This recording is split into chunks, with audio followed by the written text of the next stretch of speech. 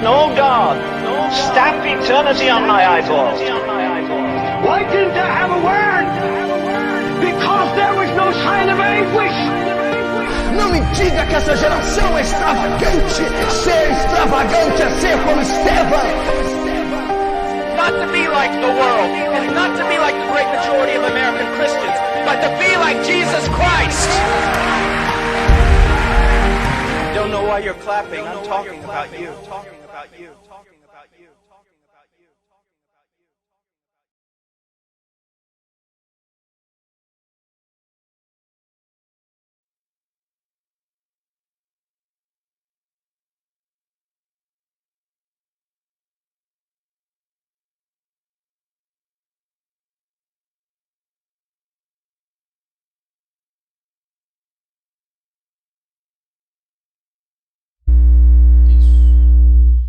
Segunda carta de Paulo aos Coríntios, no capítulo 5.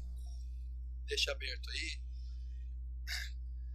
Quero agradecer a honra e o privilégio de estar aqui, a oportunidade tremenda de estar falando com vocês a respeito do Evangelho de Jesus Cristo, compartilhar com vocês da graça, compartilhar com vocês do amor, da misericórdia do nosso Deus e da sua santa palavra.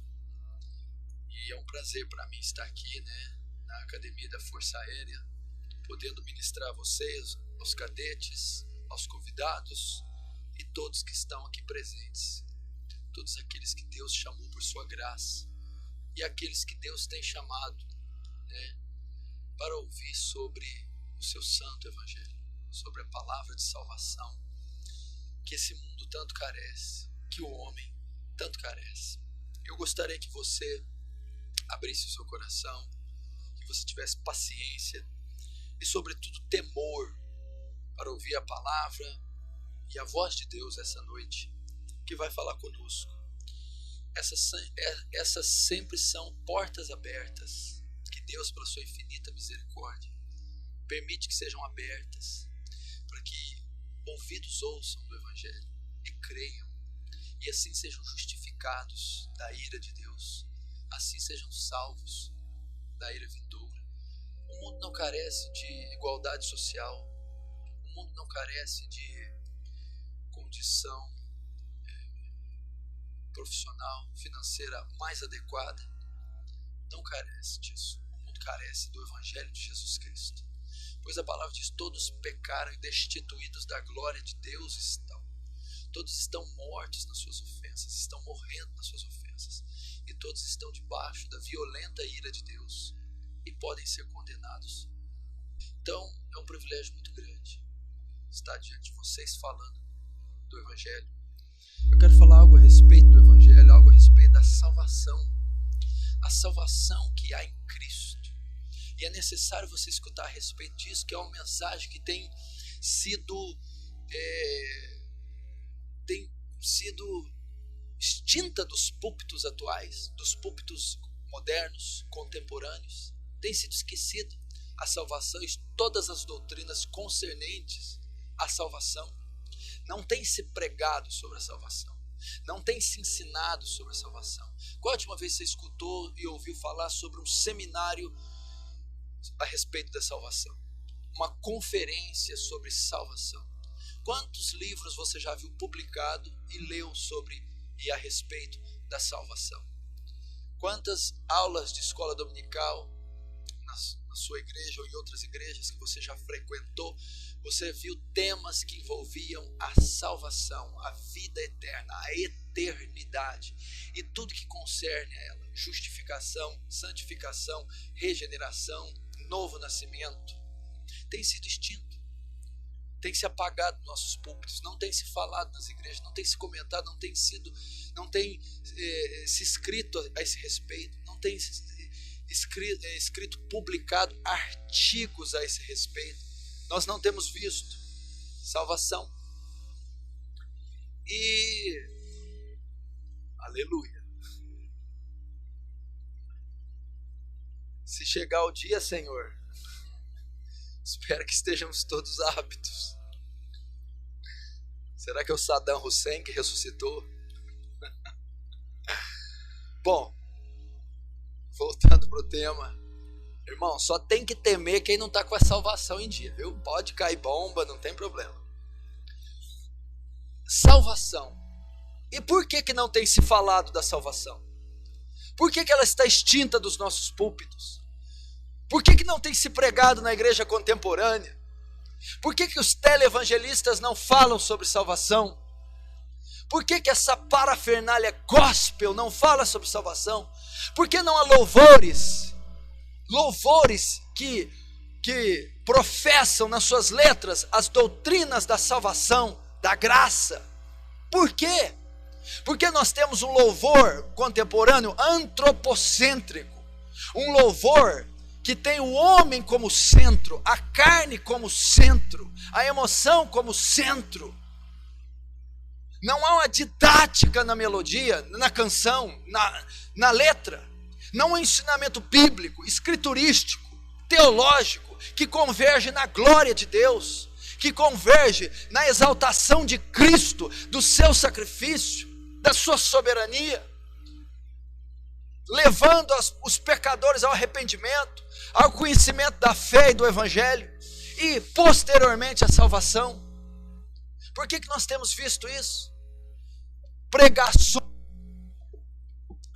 Pregações que amaciam o ego do pecador, pregações que o fazem, ou os fazem 2 vezes mais filho do inferno. Onde estão as doutrinas bíblicas? Onde está a verdade do evangelho? Onde está a cruz de Cristo sendo o centro das mensagens, o centro dos louvores, o centro da literatura mundial cristã? Não é isso que tem sido enaltecido. Amém.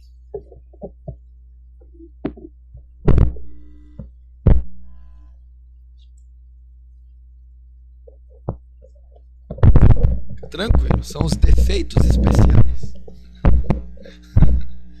E acontece nas melhores famílias.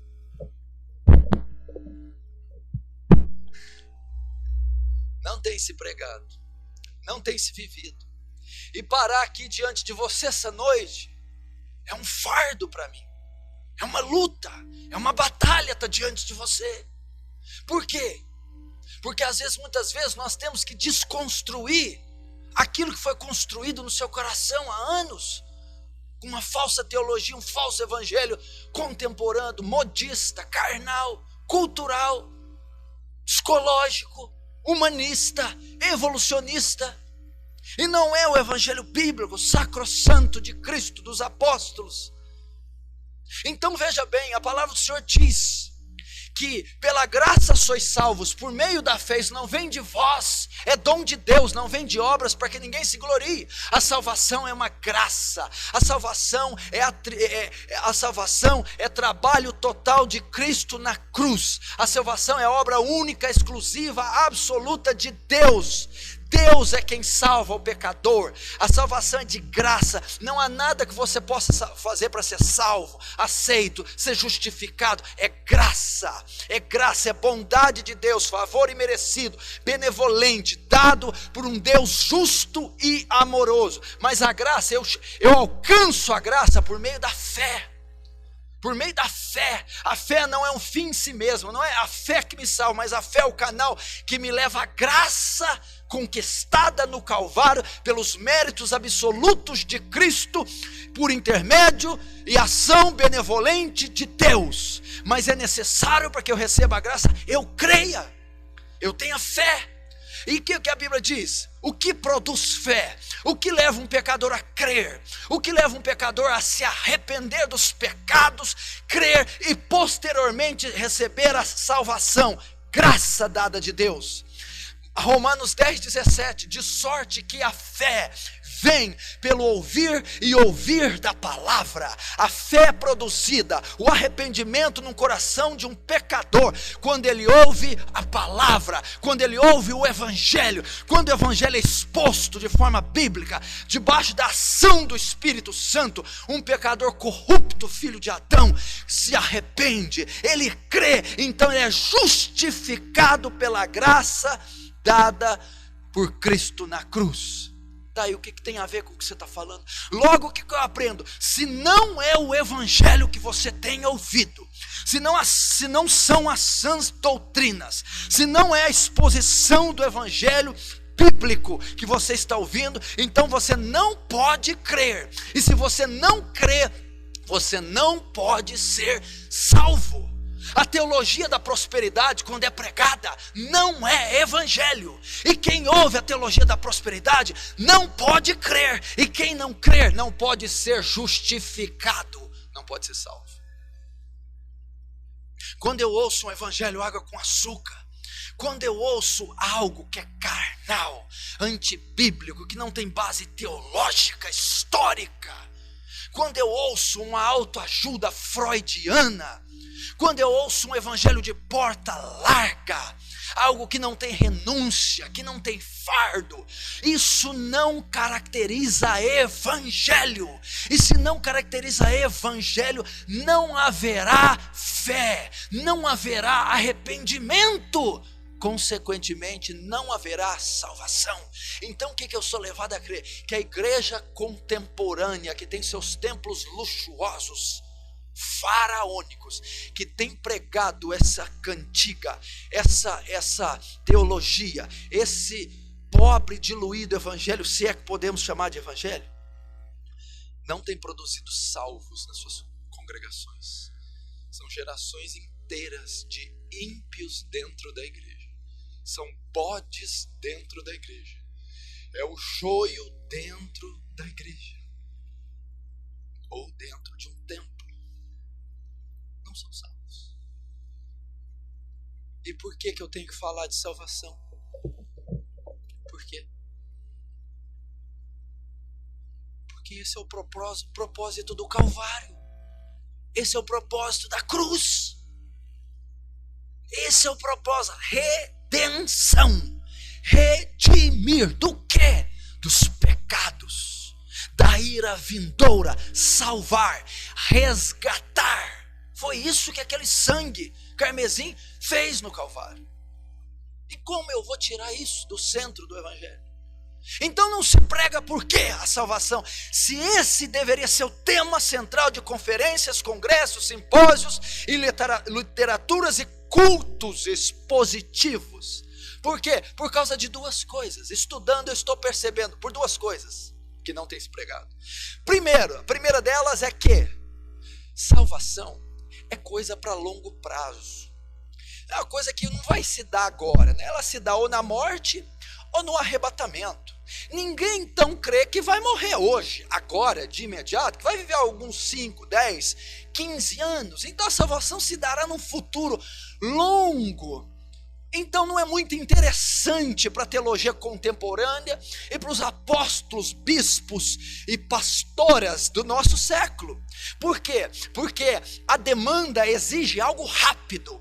Nós queremos curas rápidas, queremos milagres rápidos, queremos casas, carros, coisas rápidas. Então esse negócio de salvação é para longo prazo, não atrai pessoas, não enche templos, não enriquece a entrada da igreja, né? Os caixas da igreja.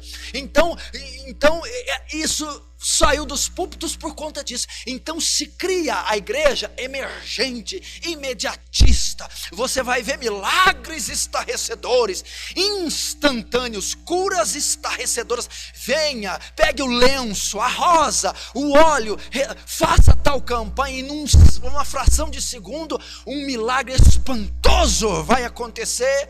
A salvação é deixada de lado. A prosperidade, você é pobre, venha e fique rico, é patrão, empregado, venha, se torne patrão. Toda essa sorte de artifícios carnais, ímpios e mundanos, que estão atraindo pessoas carnais, ímpias e mundanas. Então, porque ela é longo prazo, ela não é atraente e interessante para os púlpitos atuais, nem para as mega congregações. Então por isso não tem se pregado. Porque vai ver, nós vivemos num sistema econômico, financeiro falido.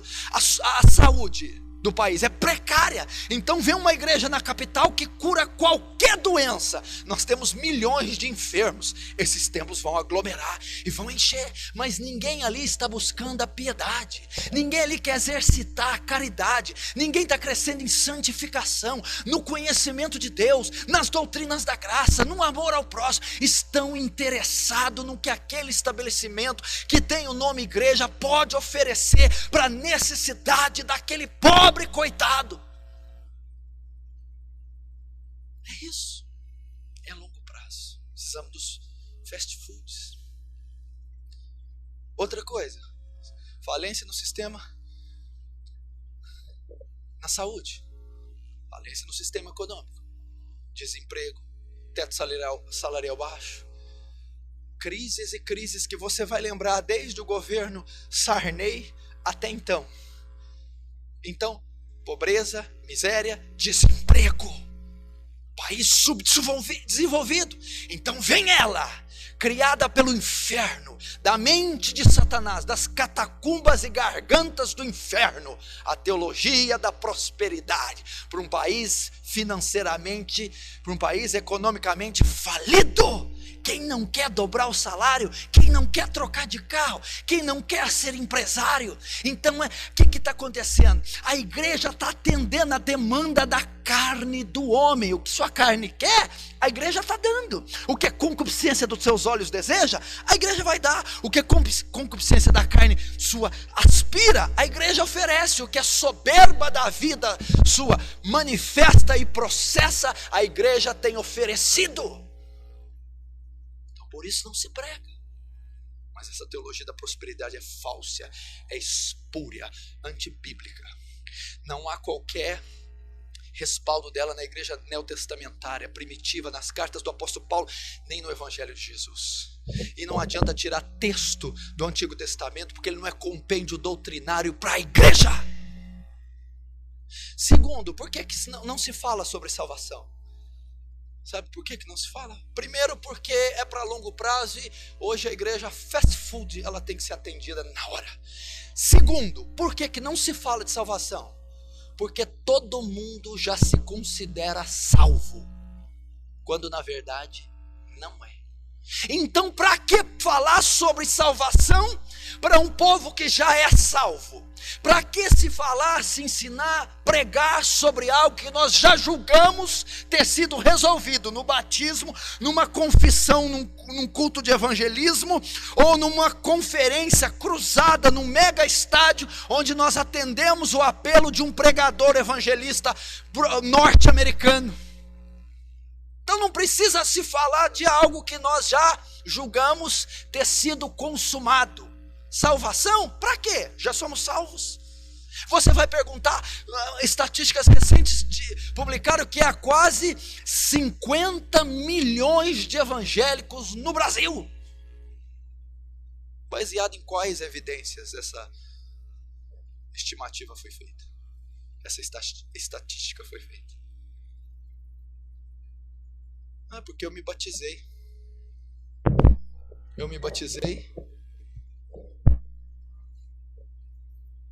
Tranquilo, a gente vai até no fim. Eu me batizei.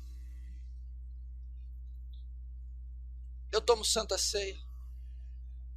Eu oro em línguas estranhas, e muito estranhas por sinal, cuidado.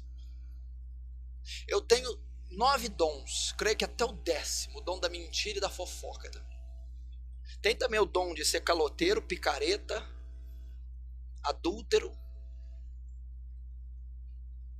Qual que é a evidência? Eu não corto o cabelo desde que eu nasci. Está cheio de sebo de lêndia, mas aleluia. Não ponho calça comprida. Eu não sei onde está no Novo Testamento que mulher não pode pôr calça comprida. Porque a Bíblia diz que para o homem não se trajar com roupa de mulher, mulher de homem. E desde quando calça é evidenciado como roupa de homem ou de mulher? Tudo bem, não pode pôr calça, não pode pôr mini saia com corte. Ou micro, né? Mini é coisa careta. Nossa, usa mini saia, coisa brega. Micro. Quais são as evidências? Então uma nação que está se gabando de estar em avivamento. Eu estive fora nos Estados Unidos da América E a ideia que os Estados Unidos têm do Brasil é que o Brasil está sofrendo um avivamento por conta do crescimento da igreja mundial, do poder de Deus, do apóstolo Valdemiro Santiago. Aonde que isso é avivamento? Por causa dessa explosão de plantio de igrejas. São igrejas que não pagam aluguel, o templo está em estado precário, não, é uma teologia falsa. Isso é avivamento. Não há pregação do evangelho, não há pregação expositiva, não há ensino teológico, não há nada. Isso é avivamento. O que evidencia a salvação? Meu irmão, como você faz para saber, você que está aqui, se você é salvo? Meu irmão, não estou falando de algo utópico. Eu não vim aqui ser mais um dizer blá, blá, blá e cumprir a agenda sua da quarta-feira. Eu não vim aqui, meu irmão, para qualquer popularidade. Eu estou dizendo de vida ou morte, céu ou inferno. A sua eternidade depende disso. Você está vivendo simplesmente um fragmento da sua trajetória na terra. Você vai iniciar de fato a sua vida na eternidade. E esta pode ser no inferno, ou esta pode ser na glória, nos céus. Tem pessoas aqui que não são salvas. Tem pessoas aqui que vão passar a eternidade no inferno. Eu não estou dizendo com quem você vai casar. Qual vai ser o seu carro daqui 2 anos. Qual vai ser a patente que você vai adquirir?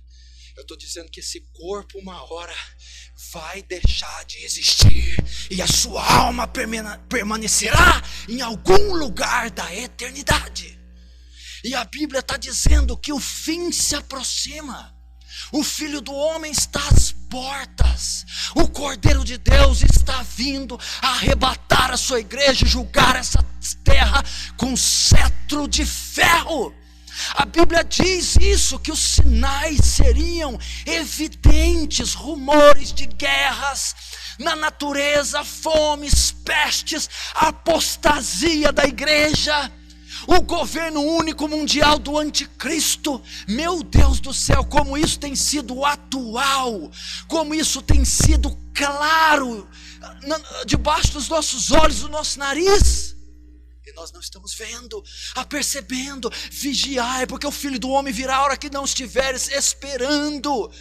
Vigiai e orai para não cair em tentação. Na verdade o espírito está pronto, mas a carne é fraca. Vigiai, por não sabeis a hora que há de vir o vosso Senhor. Olhar por vós, para que os vossos corações não se carreguem das glutonarias, bebedeiras e dos cuidados dessa vida, e venha sobre vós de improviso aquele dia. Jesus disse: olhai para a figueira quando seus ramos se tornam tenros, sabei que está próximo às portas. A figueira é Israel. Será que você não está vendo o Oriente Médio? Será que você não está vendo o conflito da Líbia, no Egito? Toda essa oscilação que tivemos no último ano. A figueira é Israel. Ela iria proclamar a vinda de Jesus. Ela está sendo cercada. Ninguém está vendo. Ninguém está entendendo o cumprimento profético apocalíptico.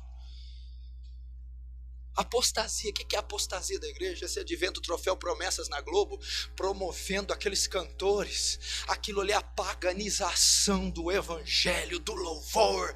Aquilo é o secularismo cristão, não é avivamento, não é evangelismo, não é Deus, a luz, o evangelho entrando nos meios de comunicação, não é. Aquilo é um ecumenismo fajuto. E ele disse: não será assim, antes que venha a apostasia e se manifeste o homem do pecado. A apostasia está aí nua e crua, às claras. Se você ligar a TV, você não vai encontrar, meu irmão, quase que 99% de tudo que é transmitido na TV a respeito de evangelho, não é evangelho.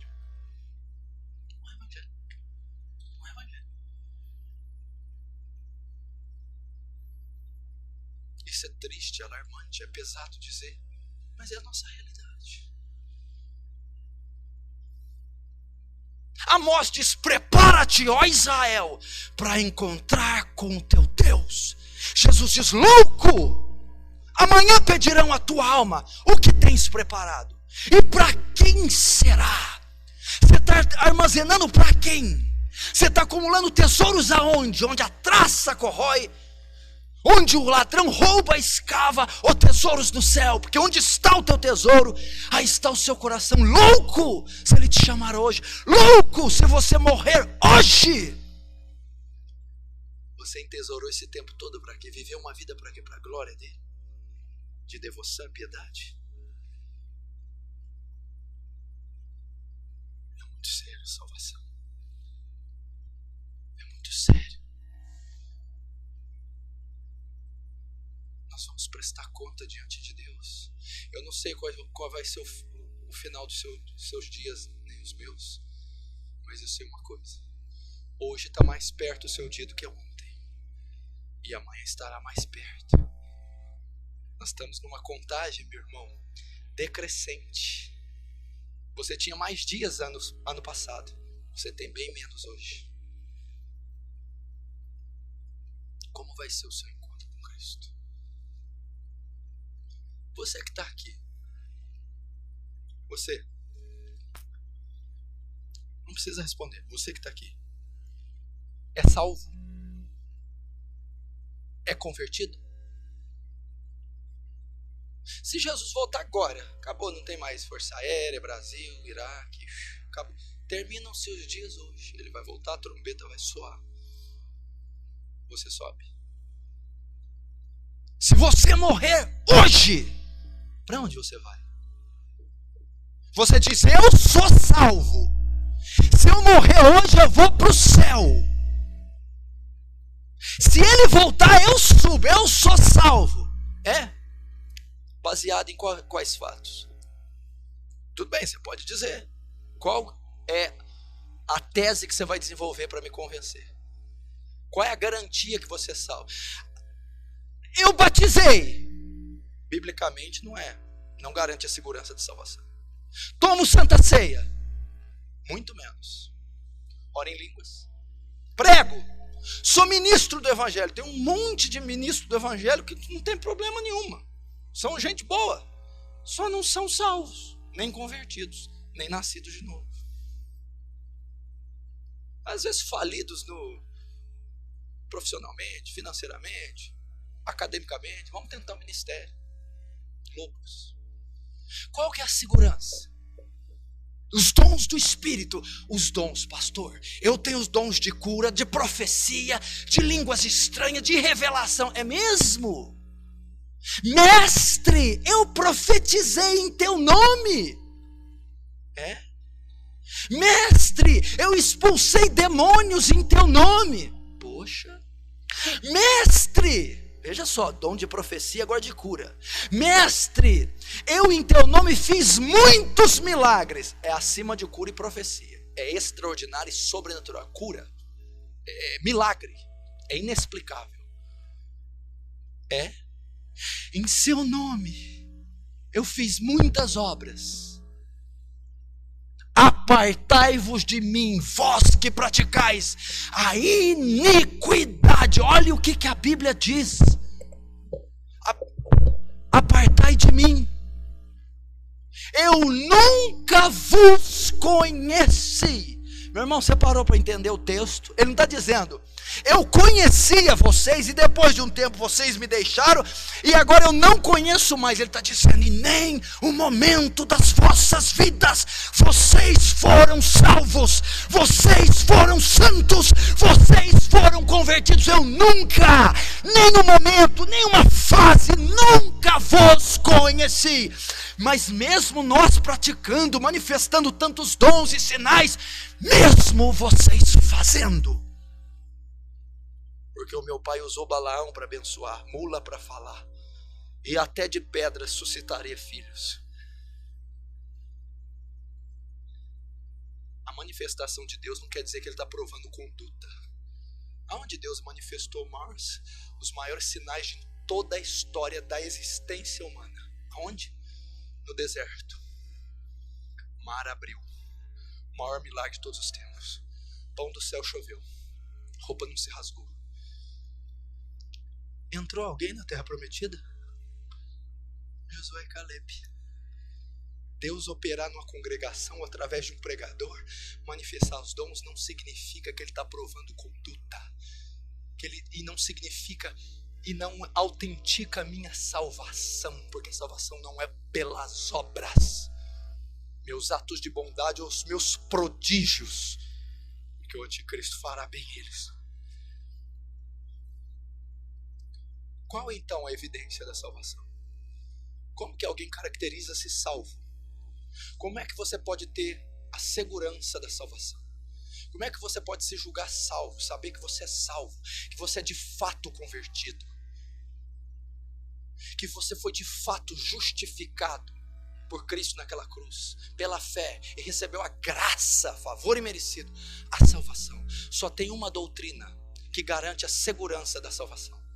Só há uma doutrina, e se você não tiver inserido, alicerçado nela, você não é salvo. Elas não são pelas obras da lei, pela sua habilidade de cumprir a palavra, pelos dons proféticos, não são. Só uma doutrina, e é a regeneração. É aquilo que Jesus disse. Rabi, sei que é mestre em Israel, e que ninguém pode fazer essas coisas se Deus não for com ele. Nicodemos, necessário é nascer de novo. Quem não nascer da água e do Espírito não pode entrar nos céus.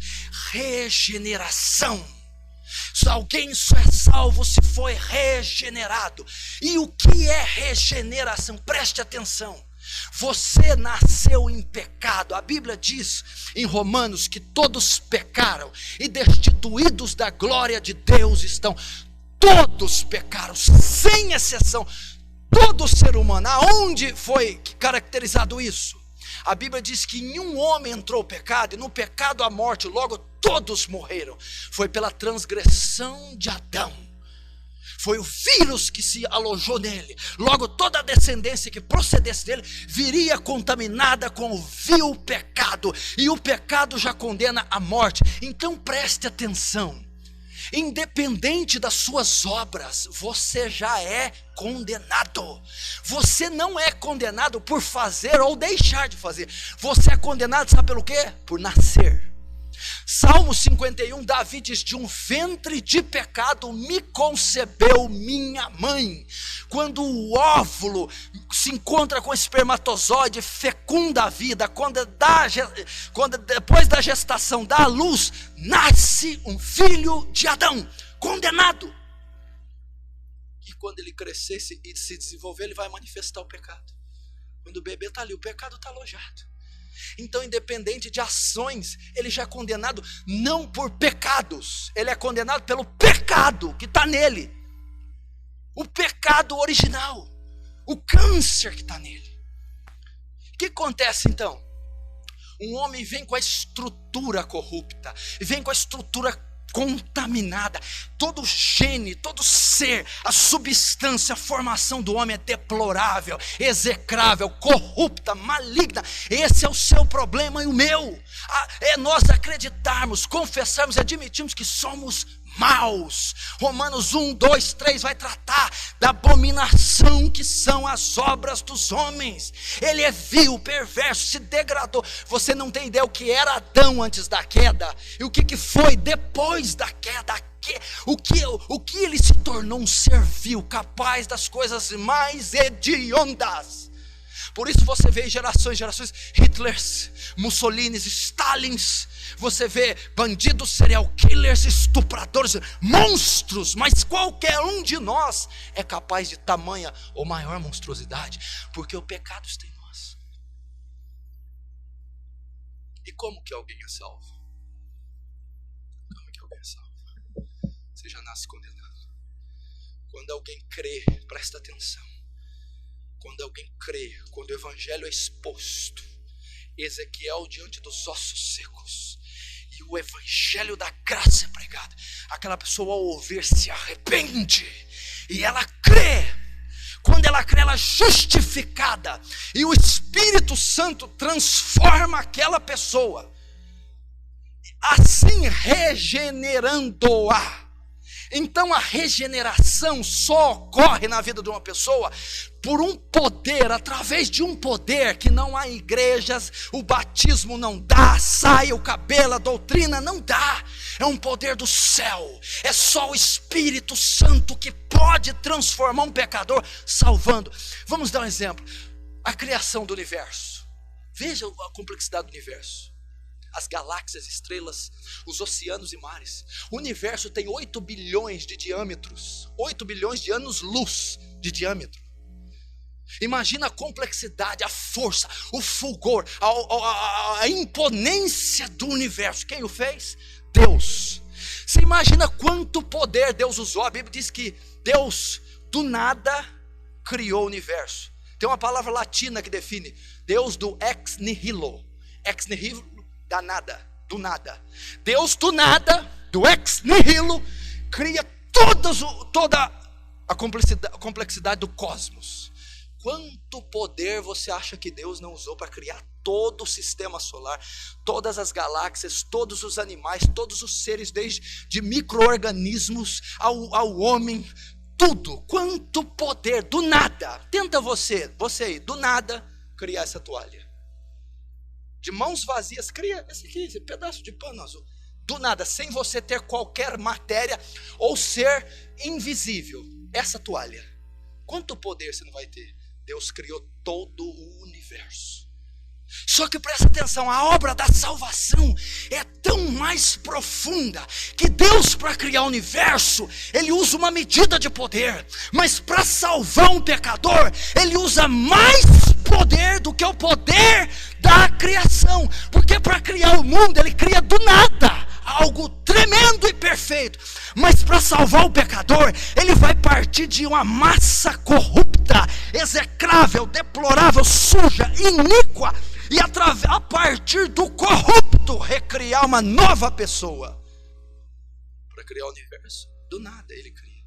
Para salvar o pecador é a partir de um ser caído e corrupto. Agora me fala uma coisa, como é que uma saia vai tirar a corrupção de algo que só um poder maior que o do universo vai tirar? Como é que uma água num tanque batismal vai tirar uma coisa que está nas entranhas, nas vísceras, na espinha dorsal de um homem, que só o universo, só o poder de Deus pode tirar? O que eu entendo aqui? Você pode cantar louvores, ter se batizado, ter ministério, ter uma religião, não pôr calça de jeito nenhum, nem cortar os cabelos de jeito nenhum. Isso não é nada mais que religiosidade. Se esse poder que eu estou falando não alcançou a tua vida e não descorrompeu, não recriou a estrutura maligna de Adão, não pode haver salvação. Isso é regeneração. É assim que a regeneração se caracteriza. Nicodemos diz, mas como pode um homem velho nascer de novo? Tem que voltar para a barriga da minha mãe? Não, Nicodemos, você é corrupto, perverso e merece nada mais que a ira de Deus no inferno. Mas quando você ouvir a pregação do Evangelho, algo sobre-humano, que não está aqui em esfera terrena, poder do alto, celeste, poder do Espírito Santo, te confrontar, te rasgar, triturar, te refazer, então você nasce de novo, é regenerado e é salvo. É assim que alguém salva. Regeneração, salvação, novo nascimento.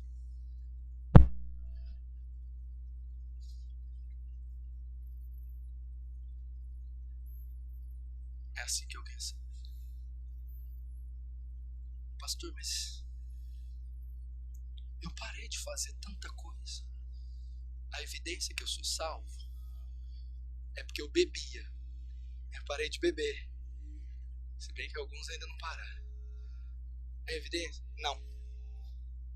Pastor, eu fumava. Parei de fumar. É evidência que eu sou salvo?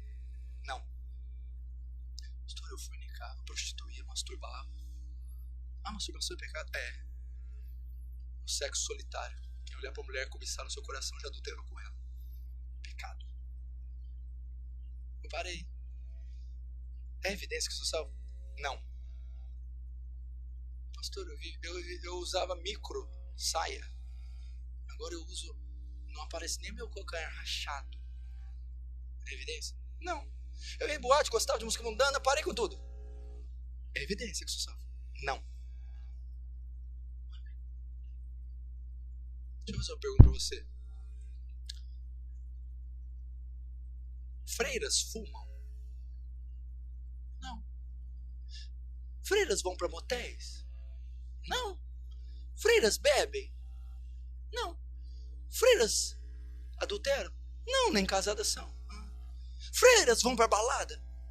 Não. Freiras veem televisão? Nem tem TV.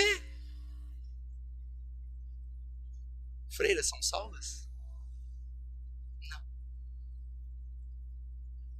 Então presta atenção. Aonde a regeneração é mais evidenciada numa pessoa? Sabe aonde?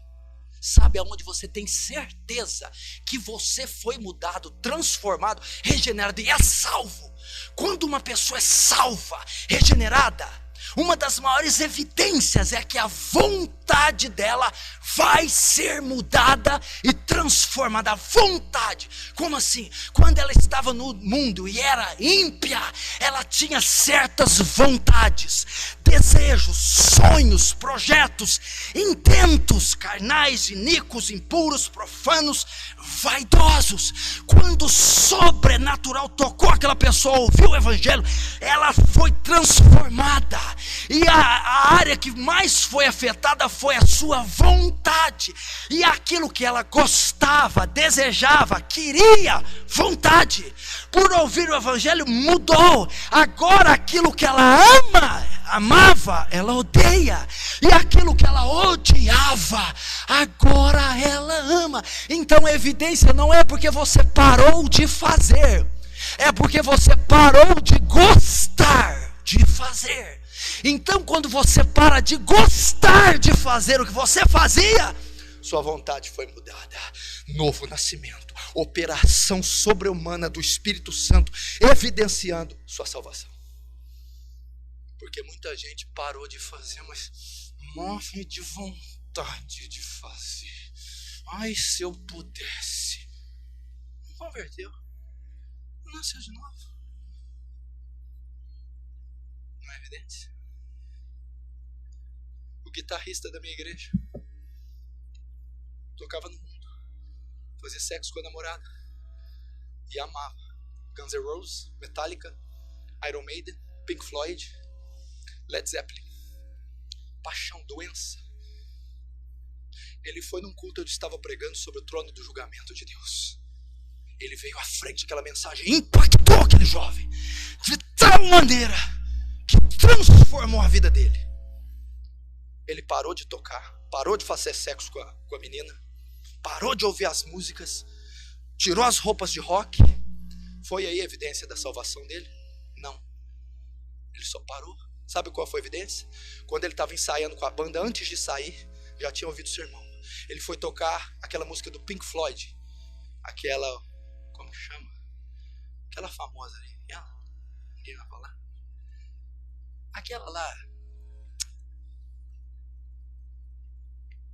Não, Bring the Wall lá. Essa, não sei o que, The Wall. Então sabe qual que foi a evidência? Ele parou de fazer tudo, mas qualquer freira, monge, padre, frei pararia de fazer. Só não pararia de pular na cama do outro padre no seminário. Aleluia. Pararia de fazer. Qual que foi a evidência? Quando ele estava ensaiando um dia, tocando essa música do Pink Floyd, ele sentiu depressão. Ele sentiu tristeza e vontade de vomitar. E ele olhou para o céu: Deus, ninguém aqui está te adorando, ninguém aqui te ama, nem te conhece. Deus, eu não posso mais tocar isso, eu não posso mais ouvir isso, eu não posso mais fazer parte dessa banda.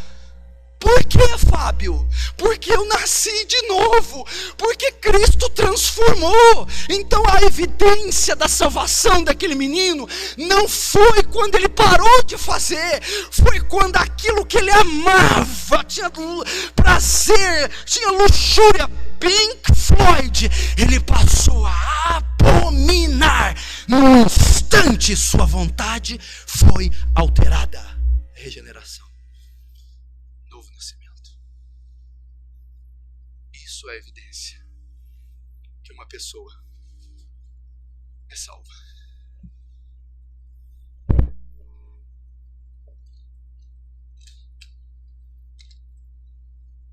Essa é a evidência.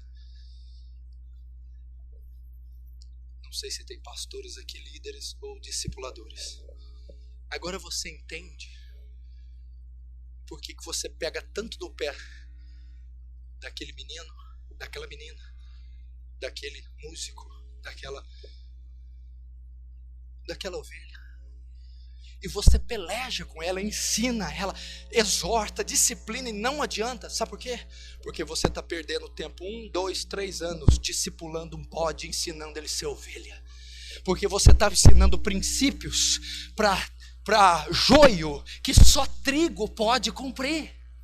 Porque você está lidando com gente não regenerada, não nascida de novo, e ela não vai obedecer esse livro. É bode. Bode não gosta de Cristo, bode não gosta de orar, bode não gosta de vir no culto, bode não gosta de perdoar, de amar, de ser santo, de ouvir sermões duros. Bode não gosta. Bode quer vir dentro de um lugar sacrossanto e tirar só o que é carnal. Então você está perdendo tempo com bode. Ao invés de discipular esse irmão, você devia estar evangelizando e levando ele à salvação, porque ele não é. Não sei o que tem problema com o irmão, aquele casal dá um problema danado, aquele jovem. Não tem problema não, pastor. Ele nunca nasceu de novo, ele não é regenerado, ele não é convertido, ele é um bode. Talvez está na igreja porque não tem outra opção, talvez porque é um ambiente social legal, talvez por desencargo de consciência, meu Deus, para cumprir um voto religioso. Porque você não precisa oprimir uma ovelha para ler as escrituras. Ela tem paixão. Davi diz: o quanto amo a tua lei, é a minha meditação todo o dia. Você não precisa oprimir uma ovelha, um trigo para orar. Ela se deleita na oração. Quando você repreende um bode, uma ovelha, você vai logo identificá-los. Porque, meu irmão, a ovelha se entristece, mas recebe a repreensão e logo mais produz fruto. O bode se volta, se rebela e ele ainda cai de nível de produção. Você vai ver literalmente.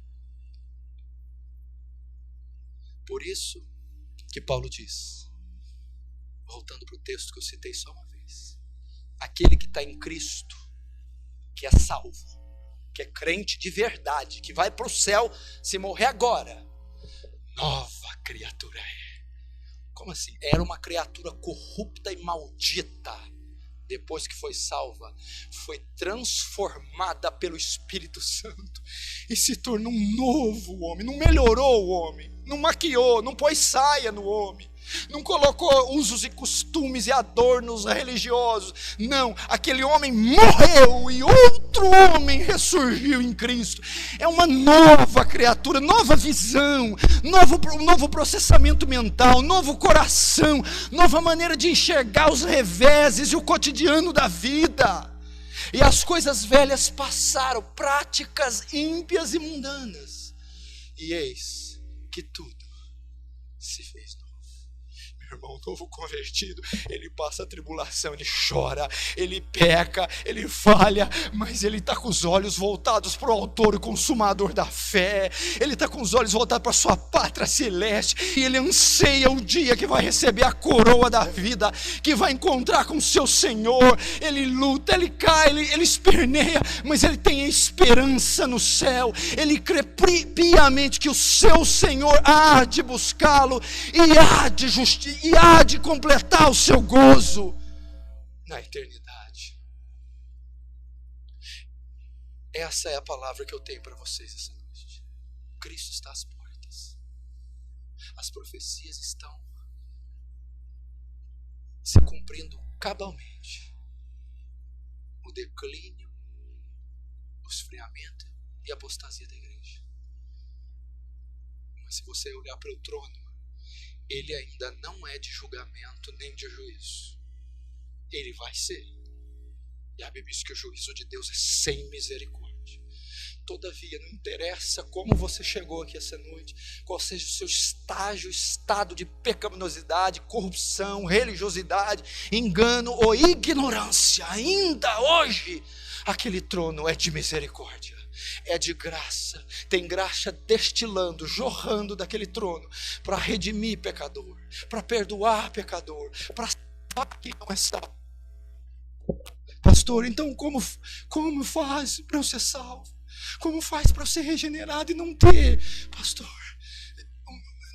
e não perder a salvação, e ser naquele último dia apresentar diante dele justificado? Jesus disse o primeiro sermão, 30 anos calado. 30. Quando vai pronunciar a primeira oração, arrependei-vos e crede no Evangelho. Se arrepende. Creia na suficiência das Escrituras. Creia que o sacrifício foi suficiente. Toda a honra, glória e mérito estão contidos no que ele fez na cruz. E se arrependa, obras, ações, pensamentos e principalmente mudança de coração, a disposição do coração. Quando o Espírito Santo toca, mediante a exposição do Evangelho, há temor, há fé, há arrependimento. Então o Espírito de Deus transforma um pecador. Amém?